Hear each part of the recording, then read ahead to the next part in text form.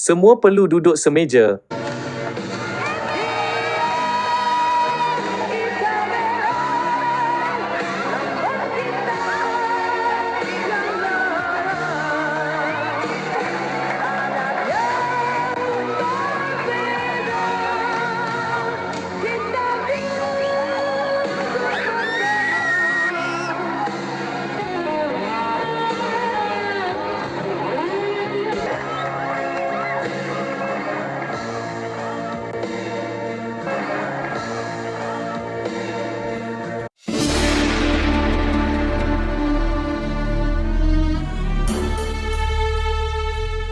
Konflik membabitkan band rock legenda, Search yang memuncak sejak Mei tahun lalu dilihat semakin reda baru-baru ini.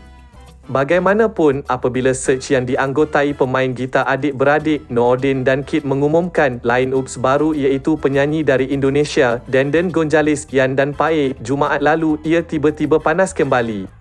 Bekas penyanyinya, Amy yang selama ini berdiam diri tiba-tiba membuka mulut mendakwa sikap tidak profesional dan masalah disiplin Nordin dan Kid menjadi punca dia berundur pada Mac 2020. Dalam masa sama, pemain bas yang senada dengan Amy, Nasir Daud turut mempersoalkan tindakan dua beradik itu yang terus menggunakan nama Search untuk meneruskan survival dalam bidang seni.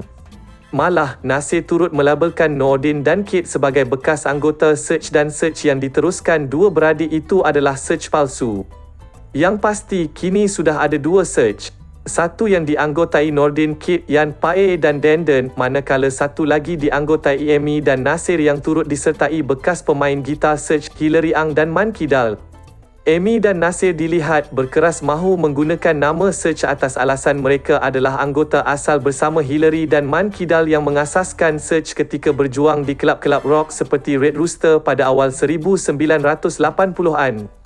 Nordin dan Kid pula menegaskan mereka berhak meneruskan perjuangan Search kerana mereka adalah anggota yang kekal dalam Search sejak bermulanya konflik ini. Bagaimanapun, dua beradik ini dilihat agak fleksibel dan tidak kisah jika pihak yang lagi satu mahu menggunakan nama Search asalkan konflik ini tidak berpanjangan. Agaknya Search adalah band rock paling banyak kontroversi. Sejak penubuhannya kira-kira 40 tahun lalu, Search tidak sunyi dengan kontroversi dan konflik. Memetik kata Nordin, konflik yang dihadapi ketika ini adalah yang paling teruk. Apa yang berlaku ini membuatkan peminat Search terpecah dua. Media sosial menjadi medan tempat peminat menghentam Search terutamanya Amy dan Nasir. Rata-ratanya kecewa dengan apa yang berlaku. Bukan kerana tak sukakan Search tapi mereka sayangkan Search. Saya sendiri sebagai peminat yang mengikuti perkembangan mereka sejak berusia 11 tahun juga kecewa. Sebagai band rock yang dilabel nombor 1 di negara ini tidak sepatutnya berlaku. Kita mungkin tidak faham apa yang dirasai mereka ketika berdepan konflik ini, tetapi tindakan memburuk-burukkan rakan-rakan dalam band sama ada di media sosial atau media arus perdana bukanlah sesuatu yang bijak.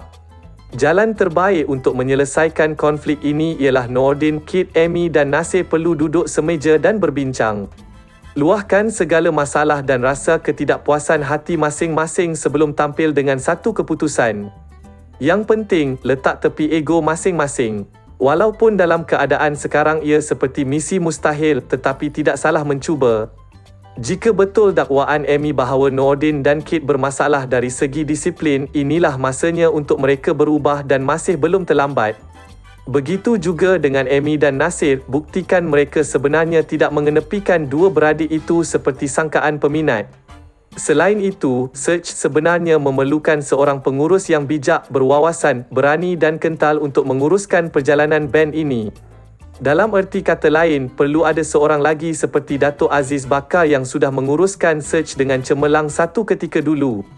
Kini, kedua-dua kumpulan Search dianggotai 9 pemuzik handalan iaitu Nordin, Kid, Yan, Pae, Denden, Amy, Nasir, Hillary dan Man Kidal. Sejak tampil dengan album sulung Cinta Buatan Malaysia pada 1985, Search sudah memiliki 26 album termasuk 12 album studio, 5 album kompilasi, rakaman semula dan featuring, lagu baru, 2 album duet bersama Wings dan 7 album live. Dalam semua album itu, Amy dan Nordin terbabit dalam rakaman 24 album, Amy 23 album, Nasir 20 album, Kit 19 album, Hillary 6 album, Yan 3 album, manakala Man Kidal dan Pae masing-masing 1 album. Semoga Search kembali ke landasannya. Sebelum itu, jutaan terima kasih saya ucapkan kerana sudi subscribe channel saya. Syukran jazilan.